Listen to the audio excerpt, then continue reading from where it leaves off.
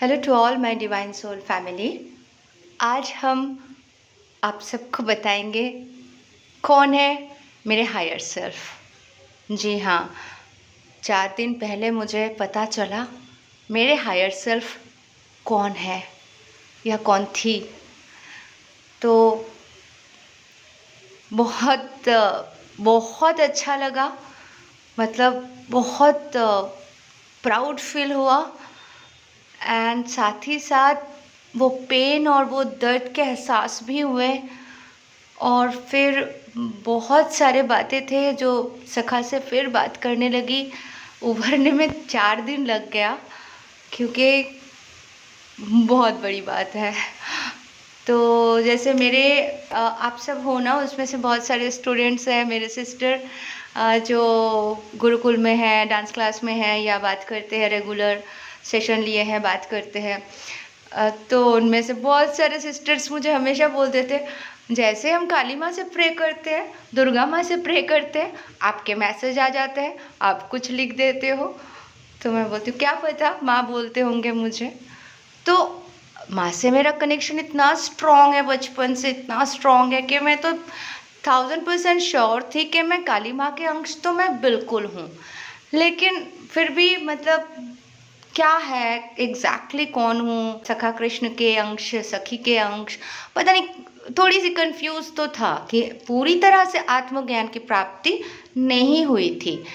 तो एक दिन मैंने देखा भी था मेरे हायर सेल्फ को, मैंने बोला भी था बहुत शुरू शुरू के वीडियोस में कि मैंने देखा मेरे हायर सेल्फ को कि वो बहुत उदास होके, मतलब इंतज़ार है उसके आँखों में, और वो खड़ी है, दूर आसमान है, चंद्रमा दिख रही है, तो थोड़ा रेड कलर के ड्रेस में, और बहुत ब्यूटीफुल, मतलब कैटरीना से भी 100% या उससे कई गुना ज़्यादा सुंदर मेरी हायर सेल्फ मैंने देखा। तो बस जैसे आप जानते हो, हायर सेल्फ यानी 48 स्टैंडर्ड डीएनए होते हैं, तो वो होते हैं हायर सेल्फ के। तो मोनेड सेल्फ जो है उसका फिर 2 पार्ट में अगर बांट दे तो 48 को 2 पार्ट में 24। अब 24 स्टैंडर्ड डीएनए लेके भी हम इस धरती पर नहीं, आज के डेट में जो हमारे बॉडी स्ट्रक्चर होते हैं 5 से 6 फीट के अंदर, तो हम उससे ज़्यादा नहीं बर्दाश्त कर सकते ये बॉडी, है ना। 24 स्टैंडर्ड डीएनए, तो उसका भी डिवाइड होते हैं, वो भी स्प्लिट होते हैं, स्प्लिट होके 12 स्टैंडर्ड, 12 स्टैंडर्ड, 12 स्टैंडर्ड, 12 स्टैंडर्ड। तो अगर 48 के जो मोनेड सेल्फ है उसके डीएनए स्टैंडर्ड को डिवाइड किया जाए तो 12 12 करके 4 फिगर आते हैं, मतलब 4 जन इस धरती पर जन्म लिए हों, सेम ग्रुप, सेम सोल। या तो फिर 24 स्टैंडर्ड है कि आप अगर जन्म लेते हो 12 12, और जैसे जैसे आप अपने बॉडी को डेवलप करते हो और ग्रोथ करते हो तो वो आपके मतलब मोनेड सेल्फ से फिर आके आपसे मिल जाते हैं, फिर आप और शक्तिशाली होते हो और अच्छे से काम करते हो। तो इस तरीके से मतलब ये डिवाइड किया हुआ है। तो इसमें बहुत डिटेल्स में नहीं जाते हैं, अभी समझने के लिए इतना काफ़ी है कि हमारे शक्ति नहीं होते हैं बॉडी में कि हम 48 स्टैंडर्ड को ले, क्योंकि वो हायर सेल्फ है, उनको वहाँ रह के काम करना होता है और हमें प्रैक्टिकली यहाँ पे आके फिजिकली वर्क करना होता है। तो ये हो गया हमारे हायर सेल्फ से। अब एग्जैक्टली मेरे हायर सेल्फ है कौन, ये मेरे लिए बहुत बड़ी एक जिज्ञासा तो बिल्कुल था।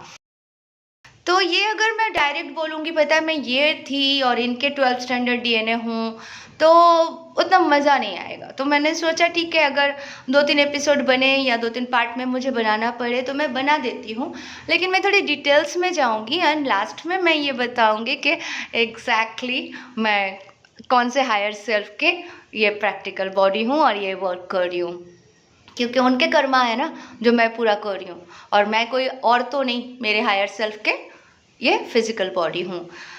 तो इसके लिए मुझे थोड़ा अपने बारे में, इस लाइफ के बारे में, क्योंकि कुछ भी बात करना है तो हमें लॉजिकल माइंड को भी समझना है, प्रैक्टिकल सिचुएशन को भी समझना है, जो हमारे अंदर जो हम एक्सपीरियंस किए हैं वो सारे नॉलेज को भी थोड़ा देखना है ठीक ठाक करके, ठीक है, दिल की भी सुननी है, ठीक है। और जो मतलब समझे, एनालाइज करे, और वो एकदम सही होना चाहिए। क्योंकि जब तक आप एकदम 100%, 1000% सही नहीं होते हो, फिर आप बता नहीं सकते। क्योंकि यहाँ पे हम लोग क्या कर रहे हैं, क्यों ये सारी चीज़ें खींच खींच के लेके आना और बताना, क्योंकि आपको भी बताया जा रहा है आप भी अपने आत्मज्ञान की प्राप्ति करें। आप भी कोई नॉर्मल इंसान नहीं है, आप भी कोई बहुत बड़े शक्ति के अंश हो, और जिन्होंने कुछ बड़ा प्ले किया है, बड़ा कैरेक्टर प्ले किया है, कोई उद्देश्य लेके पैदा हुए, तो आप भी कोई हो। ठीक है, ये बताया जा रहा है। तो मैं जिनके अंश हूँ, क्योंकि हमने वो कर्मा किया था, बहुत सारे कर्मा किए थे हम लोग बहुत सारे जन्म में। ठीक है, तो मेन जो हमारे उद्देश्य होते हैं, जिसके कारण हम पैदा होते हैं, और जो हमारे कर्मा करना ही है, क्योंकि ये रिक्वायरमेंट है कि आपको एक सभी सोर्स से आते हैं, सभी आदि पराशक्ति से है, सभी नारायण के अंश है। ठीक है, लेकिन आप जो जन्म लिए हो, ठीक है, कुछ एक बहुत बड़ा रहस्य होगा, कुछ एक बहुत बड़ा कारण होंगे। जैसे भ्राता गणेश भी जन्म लिए थे, तो एक असुर को विनाश करने के लिए माता दुर्गा की भी उत्पत्ति हुई, तो महिषासुर को विनाश करने के लिए। तो वैसे ही युग युग से उत्पत्ति होते गए। तो अगर मेरे हायर सेल्फ की भी उत्पत्ति हुई थी, तो वो भी कोई बहुत बड़ा कारण था, और वो कारण आप सबको पता है। तो बस मैं आगे बढ़ती हूँ ये बताने के लिए कि इस जन्म में मैंने एग्जैक्टली कैसे लोगों से मिली और क्या क्या एक्सपीरियंस किया। तो मेरी एक्सपीरियंस मैं बताते जाऊंगी, उसमें से और भी कैरेक्टर्स जो मेरे लाइफ में आए थे, like as a soulmate, as a karmic, you can say as my DM. तो ये लोग जो आए थे, स्टेप बाय स्टेप मैं ऐसे लोगों से मिली, कैसे कैसे मेरे सिचुएशन हुए, जिन लोगों से मैं मिली, मैं आज कैसे समझ सकती हूँ कि वो भी कौन थे। क्योंकि मैं जब मेरे हायर सेल्फ को जान जाती हूँ, तो ऑब्वियस है ना, तो उन लोग के हायर सेल्फ को भी मैं जान जा रही हूँ, क्योंकि वो भी किसी के 12th स्टैंडर्ड डीएनए है। मतलब मेरे डीएम भी किसी अच्छे व्यक्तित्व के ही 12th स्टैंडर्ड डीएनए होंगे, है ना। तो जैसे वो ग्रो कर रहे, वो भी 24 स्टैंडर्ड हो रहे, मैं भी 24 स्टैंडर्ड हो रही हूँ, डीएनए हम लोग का। तो कुछ भी हो सकता है, इसको एकदम हम क्लेरिफाई नहीं कर सकते कि हाँ 8 लोग ही जन्म लिए हैं, या 4 लोग ही जन्म लिए हैं, या मैं आधी हूँ और मेरे हायर सेल्फ आधे हैं। कुछ भी हो सकता है, मतलब हम थप्पा नहीं लगा सकते। ठीक है, तो ओपन माइंड से कुछ भी हमें सोचना है। तो अब जो है, मैं ये तो बहुत जल्दी बताने वाली हूँ, बहुत मुझे भी एक्साइटमेंट है। लेकिन उससे पहले मैं ये ज़रूर बताना चाहूँगी कि आज के जो मेरे लाइफ का सिचुएशन है, आज जिस मोड़ पे आके मैं आप सबको टीचिंग दे रही हूँ, या आने वाले कल धरती के साथ जो भी सिचुएशन, जो ट्रांसफॉर्मेशन के जर्नी पर हम हैं, या तो जो कर्मा हमारे साथ हुआ था, जो हम क्लीन करते करते आ रहे हैं, या तो आज के जो कर्मा है, आज सारे ख़त्म हो जाएंगे, क्लीन हो जाएंगे, और हम क्या करेंगे, हमारे अधर आपके साथ हमेशा हमेशा के लिए शिव शक्ति में मिल जाएंगे, और कोई कर्मा नहीं रहेंगे। तो फिर हम एकत्रित हो जाएंगे, फिर हम अनंत जीवन, मतलब शिव शक्ति बन के ही जिएंगे, और हम दोनों के बीच में कोई नहीं आएंगे, कोई भी नहीं। तो ये सिंपल सी बात है। तो यही जर्नी हो, तो ये जर्नी इतना आसान तो होंगे नहीं, बहुत ही डिफ़िकल्ट हो सकता है ना, तभी ये पॉसिबल है। ये जर्नी है। अब मैं बताती हूँ एग्जैक्टली मेरे साथ इस जन्म में क्या क्या हुआ। दोस्तों, जैसे आप सब जानते हो कि मैं बचपन से बड़ी हुई, नॉर्मली डांस करती थी, अच्छे लाइफ लीड करती थी। जैसे मेरे पापा मेरे हर बात सुनते थे, जो मांगती थी वो देते थे, पापा के लाडली बेटी, अच्छी सी लाइफ थी। स्कूल गई, टॉप 10 के अंदर रहती थी, मतलब स्टडीज़ में भी बहुत अच्छी थी, फोकस था। प्लस कॉलेज गई, वहाँ पे भी दोस्तों के साथ अच्छे घुल मिल के रहना। एंड उसके बाद मुझे और पढ़ाई करने का मन नहीं होता था, क्योंकि मुझे लगता था कि मैं ज़्यादा पढ़ लूँगी तो पापा मुझे लॉयर बनाना चाहते थे। तो मैं लॉयर नहीं बनना चाहती थी, मुझे था कि मैं कुछ भी हो जाए, मैं जाऊँगी और मुझे हीरोइन बनना है, मुझे एक्ट्रेस बनना है। तो बहुत ज़्यादा पढ़ लूँगी अभी तो पापा ज़बरदस्ती मुझे लॉयर बना देंगे, और मुझे वो प्रोफेशन चूज़ ही नहीं करना था। जैसे कि कहीं प्रोग्राम हो रहे, कुछ हो रहे, तो डांस करना, सिखाना बच्चों को, खुद भी पार्टिसिपेट करना, ये सब बचपन से चलते रहे। ड्रामा बहुत करने को मन था, एक्टिंग करने का बहुत कीड़ा होता था कि एक्टिंग करना है मेरा सपना, मुझे बहुत बड़ी एक्ट्रेस बनना है। माधुरी दीक्षित को देख के बहुत इंस्पायर होती थी। तो ये सब करते करते करते करते बड़ी हुई, तो दिमाग में एक ही चीज़ होता था, कब मुंबई जाऊँ, कब मुंबई जाऊँ, कब मुंबई जाऊँ, जाना है मुंबई, क्योंकि पता नहीं क्यों लेकिन जाना मुंबई है। तो ये तो था। तो बस सिचुएशन बन भी गए, मुंबई चली भी गई। तो स्ट्रगल कर रहे थे उन दिनों। एक फ्रेंड मिली थी सोलमेट टाइप, जो बोली तुम मेरे घर पे रुक जाओ, पीजी में कुछ पैसे दे दो, मेरे साथ रहो। तो अच्छा है, तो मैं रहने लगी, वो मेरी बड़ी बहन जैसी अच्छे से मैं रहने लगी उसके साथ। तो और एक फ्रेंड मिला वहाँ पे उन दिनों स्ट्रगल के टाइम पे, तो उससे जब मैं मिलती थी तो वो उस टाइम का रॉकस्टार था, वहाँ पे बॉम्बे में काफ़ी फेमस था, गुजराती। तो वो फ्रेंड मुझे बहुत अनकंडीशनल लव करने लगा। मैं एक स्कूटी टाइप का था, तो मैं आती थी तो उसके घर के पास होके आती थी, चार बंगला में रहते थे उस टाइम पे। तो वो बोलता था तू जब नीचे आएगी ना तो मुझे कॉल कर, या तो तू ऊपर आ जा, क्योंकि उसको पता था कि मैं पीजी में हूँ, वहाँ पे खाना वाना मिलता नहीं, और उसके घर में अच्छे खासे उसके मतलब भाई की वाइफ या सब फैमिली था, तो वो लोग खाना बनाते थे रेगुलर, तो मुझे बुलाते थे, अच्छे से खाना खिला देता था। मुझे लगता था ये इतना प्यार क्यों करता है मुझसे, ठीक है, मुझे भी अच्छा लगता था। फिर एक अच्छी ग्रीप अच्छी दोस्ती हो गई।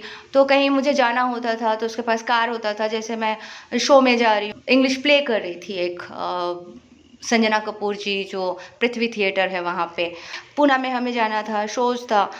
तो कहीं जाना होता, कुछ भी होता, तो वो अपने कार लेके आते, सुबह हो शाम हो, मुझे हेल्प कर देते। मतलब पता नहीं उसको भी ऐसा फीलिंग था कि तेरे लिए करना है, मुझे पता नहीं क्यों लेकिन मुझे मन करता है तुझे थोड़ा प्रोटेक्ट करूँ। तो इस तरीके से उसके साथ मेरी एक अच्छी दोस्ती बनी। उसके बाद डीएम आ गए मुंबई, और उनको हीरोइन सिलेक्ट करना था, उनके फिल्म बन रहे थे, उनसे मिली, सिलेक्ट होना ही था उनके फिल्म में। तो और 2 हीरोइन के साथ मुझे उन्होंने सिलेक्ट कर लिया। वहाँ से बैक टू हैदराबाद में गई, तेलुगु फिल्म मिला था, मतलब मेरे ड्रीम पूरे हो रहे हैं। तो उन दिनों मैं मेरे डीएम से अच्छे से बातचीत करने लगी, दोस्ती होने लगी।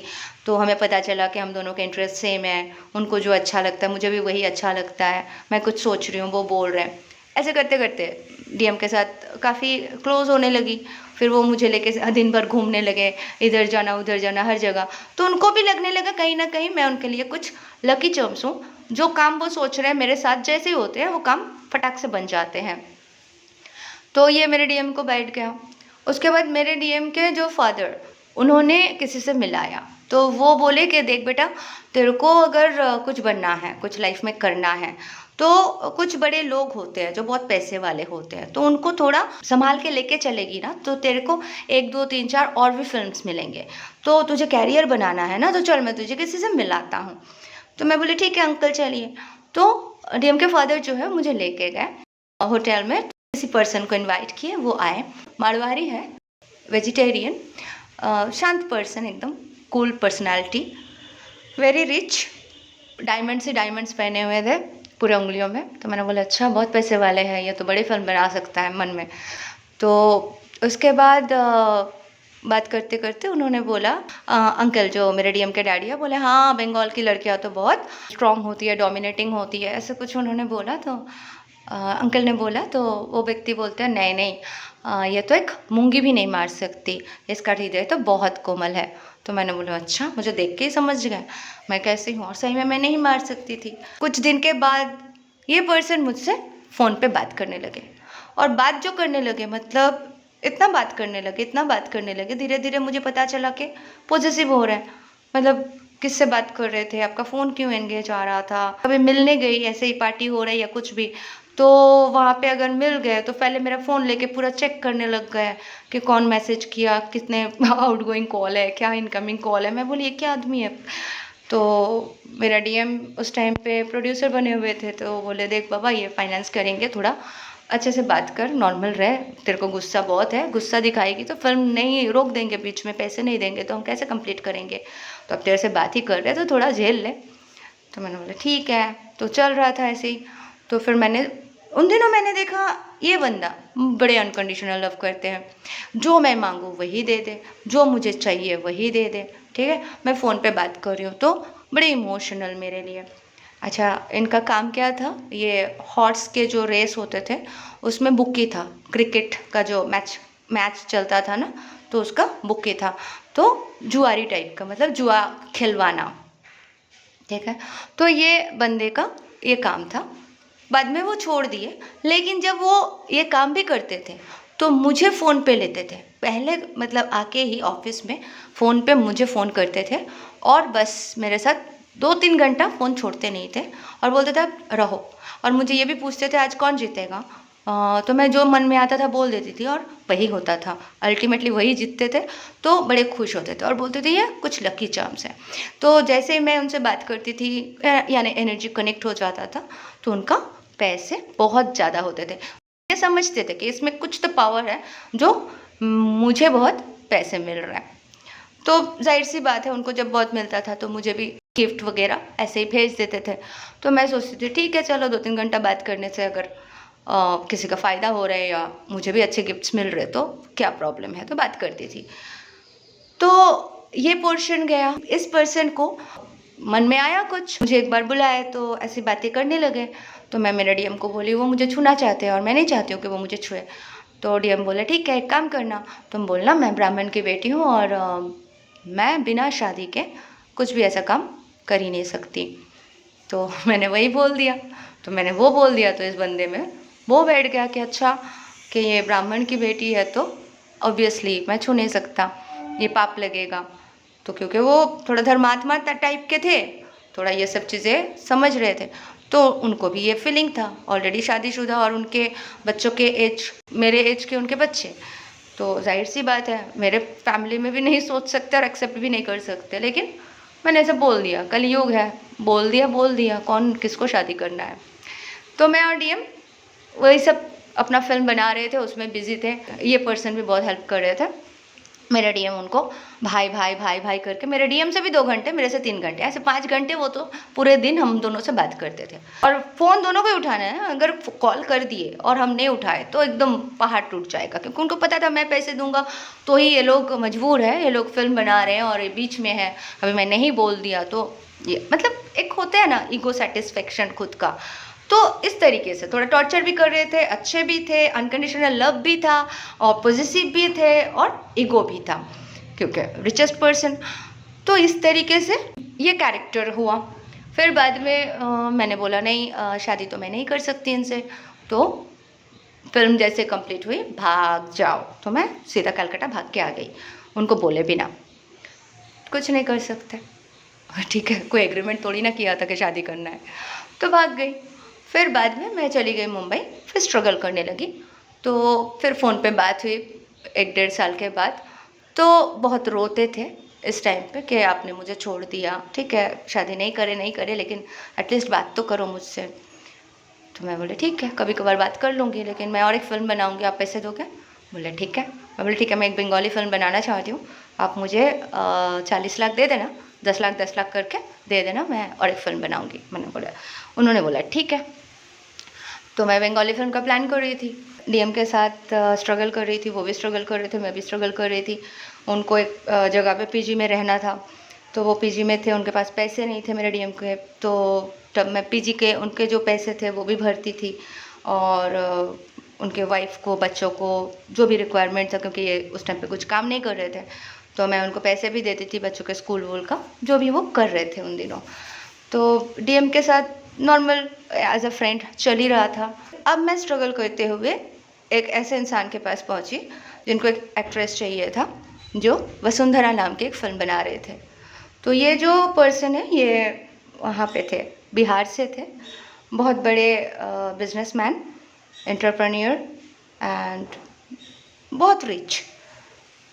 तो मुझे अपने पिक्चर में सिलेक्ट किए, लेकिन फर्स्ट डे शूटिंग के बाद मतलब 5 लाख रुपीज़ देने का कमिटमेंट किए और उनके फिल्म में as a main lead actress select किया। लेकिन फर्स्ट डे शूटिंग के बाद उसमें जो राम हुए थे ना, पुराने ज़माने में जो राम के कैरेक्टर किए थे अरुण गविल, वो भी थे। तो उन्होंने मुझे भड़काया, बोले ये एजेड आदमी ये तुम्हारे ऑपोजिट में हीरो बनेंगे, क्योंकि वो प्रोड्यूसर खुद ही हीरो बन रहे थे। तो मैंने बोला सर मैं आपके साथ फ़िल्म नहीं कर सकती, मैं अभी स्ट्रगल कर रही हूँ और मैं आपके फ़िल्म में आऊँगी और ये आप ही हीरो हो, मैं आपके ऑपोजिट में हीरोइन हूँ। बोले नहीं नहीं, ये अलग कैरेक्टर है, रोमांटिक टाइप का नहीं है, हमें कुछ मैसेज देना है। पूरे धरती माँ के ऊपर कैसे अटैक्स होने वाले हैं, चाइना पाकिस्तान सब मिलके, तो उससे हमें मैसेज देना है लोगों को। एक बहुत स्पिरिचुअल फिल्म बना रहे हैं देवी जी, आप कर लीजिए। फिर शूटिंग किया तो अल्टीमेटली वही फिल्म का मैसेज था कि हम सब एकत्रित हो जाए, सब लोग जागो, और बहुत अच्छा था। वसुंधरा माँ वसुंधरा के ऊपर पेट्रियाटिक फिल्म थी। तो वो रिलीज़ भी हुए बिहार में, हम गए वहाँ पे, बहुत अच्छा ट्रीटमेंट देते थे वो प्रोड्यूसर मेरे साथ, बहुत अच्छे मतलब बातचीत करते थे, बहुत रेस्पेक्ट देते थे। तो धीरे धीरे उनको बहुत मन था मुझसे मिलने का, हमेशा वो मिलना चाहते थे और मैं नहीं पसंद करती थी रेगुलर, क्यों मिलूँ, काम है तो ठीक है, लेकिन बोर लगते थे, बहुत अजीबोगरीब बातें करते थे, लाइक पॉलिटिक्स को लेके बहुत बड़े बड़े बातें करते थे। मैं बोलती थी मैं मुझे आपकी बातें समझ में नहीं आती, आप बहुत इंटेलेक्चुअल हो लेकिन मुझे आपसे बात करना समझ ही नहीं आते हैं कि अमिताभ बच्चन के लाइफ में क्या हुआ था, पॉलिटिक्स में क्या होना चाहिए, मुझे ये सब इंटरेस्ट नहीं है। नेक्स्ट पार्ट 2 में बताऊंगी। Thank you so much, love you all, God bless you all.